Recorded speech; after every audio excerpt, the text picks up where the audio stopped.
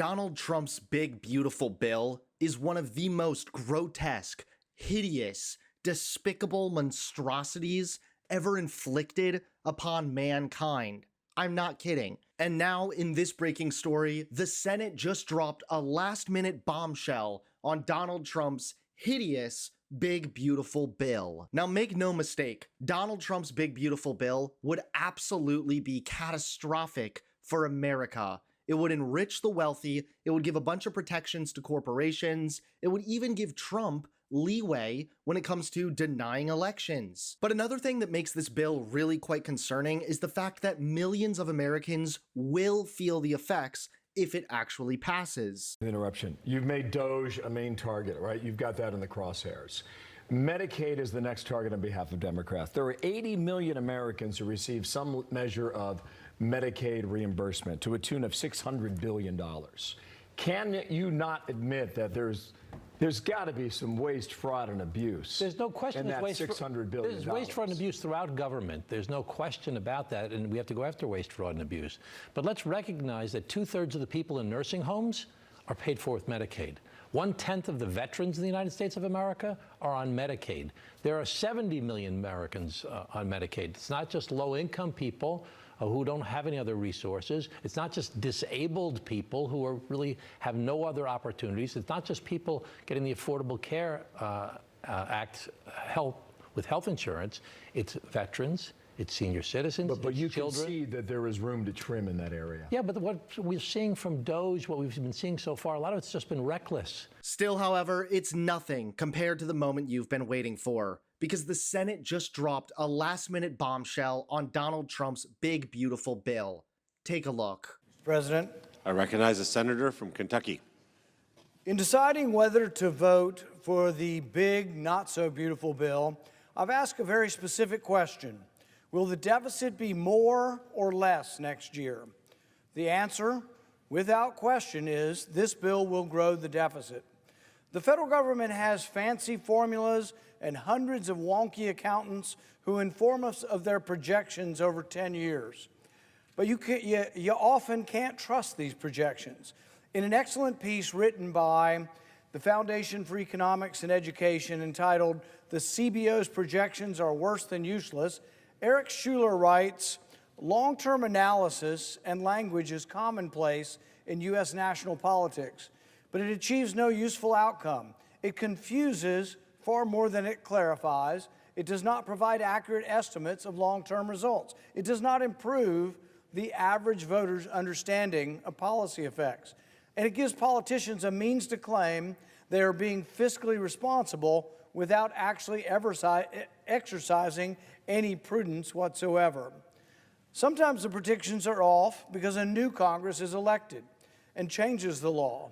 Eric Schuler writes that for any projection of a 10-year budget to be accurate, the Congressional Budget Office has to assume that the law won't change for 10 years, even as most of the politicians that make the laws risk being replaced every 2 years, and all of them advocate for changes of one stripe or another. Schuler states that few in Washington will admit Congress has a knack for starting any proposed cuts in the later years, while letting spending run wild in the immediate future. Sometimes these predictions are off by $1 trillion or so because the economy grew more slowly or more quickly than anticipated. Bruce Thompson, a former Senate aide and Assistant Secretary of Treasury, writes, "The Congressional Budget Office miscalculated the deficit last year by $1 trillion. So in deciding whether to vote for any big, monstrous bill, it helps to ask the right question. To me, the most pertinent question is, how will the bill affect the deficit in the next year? Currently, our deficit is estimated to be a little under $2 trillion this year. What will happen to the debt in 2026 if this bill passes? Well, using the math most favorable to the supporters of the bill, referred to as the policy baseline, the deficit in 2026 will still be $270 billion more than this year. So even using the math, even using the formulas that the supporters of the bill like, the deficit will grow by $270 billion next year. That's just not good if you profess to be fiscally conservative. Why will the deficit grow next year? Well, even if you argue that the 2017 tax cuts don't need to be counted in the calculation at all, the new tax cuts add up to $234 billion to the debt next year. In addition, the big not-so-beautiful bill adds new spending of over $500 billion, military, border, agricultural subsidies, etc. That spending is front-loaded and will be spent in the first 4 years of the 10-year window. Legislated spending is one of the few items in the bill that is exact. It isn't estimated. If they say they'll spend $500 billion, they're going to spend $500 billion, all in the first few years. So in order not to add to the deficit, the BBB, the big not-so-beautiful bill, has to have corresponding spending cuts to counter all the new spending. Unfortunately, the spending cuts are backloaded to the final 5 years of the 10-year window when several tax cuts expire and the spending increases are finished. In addition, elections occur every 2 years and could easily wipe out any perceived savings that might occur in the later years. The only real certainty in this budget drama are the budget years coming in the immediate future. It's the next year or two are the only things that are actually of any certainty. So if we analyze this bill from that perspective, we discover that the bill increases the debt by $500 billion in the first 5 years.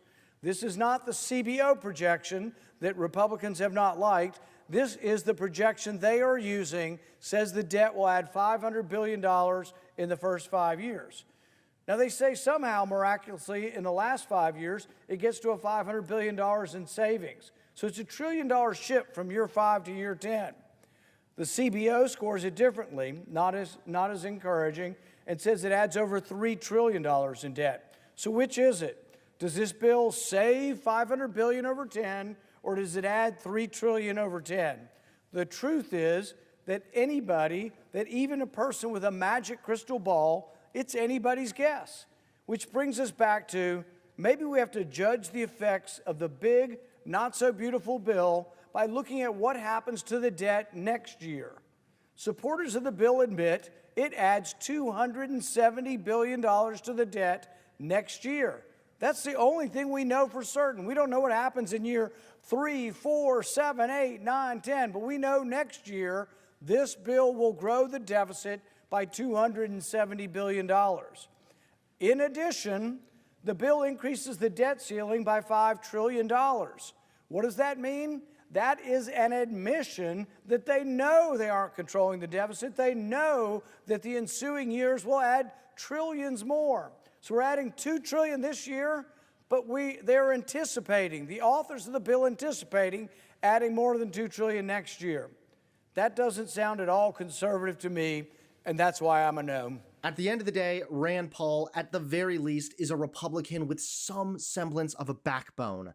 I appreciate the fire he brought to the Senate floor, and I hope that his arguments successfully persuade people to vote no. This bill is a disaster, and calling it the big beautiful bill won't hide just how ugly it really is.